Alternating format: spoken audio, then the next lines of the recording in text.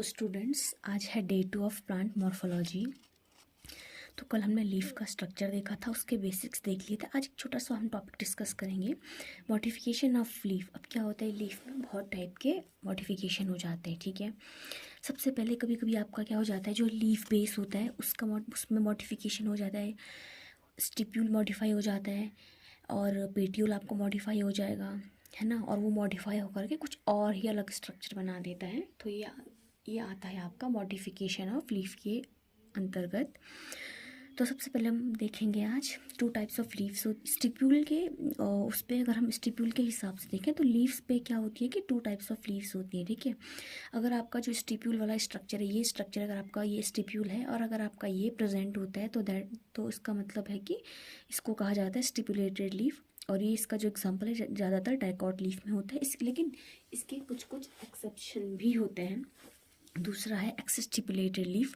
वो लीफ कही जाती है जिसमें स्टिप्यूल एब्सेंट होता है, ये मोनोकॉट में होता है, ठीक है। लेकिन इसमें भी कुछ एक्सेप्शन है। तो अब हम आगे बढ़ेंगे मॉडिफिकेशन पे।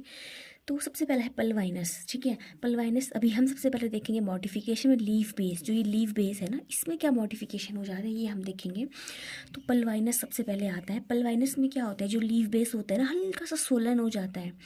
आपने अगर कभी ध्यान से नोटिस किया हो, आम की जो पत्तियां होती हैं या फिर जो पीपल आपने कभी देखा हो, उसकी जो लीफ अगर अगर नहीं आपने कभी नोटिस किया तो अब आप कभी देखना, उसको आप लोगे ना, उसका जो ये वाला पोर्शन होता है हल्का सा सोलन होता है। तो ये मॉडिफिकेशन ऑफ लीफ बेस होता है।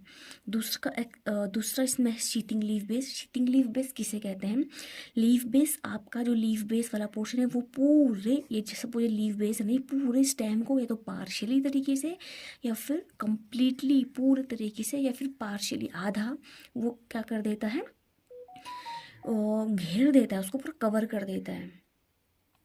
तो इसका एग्जांपल है मेज, ये मक्का में, शुगर कैन में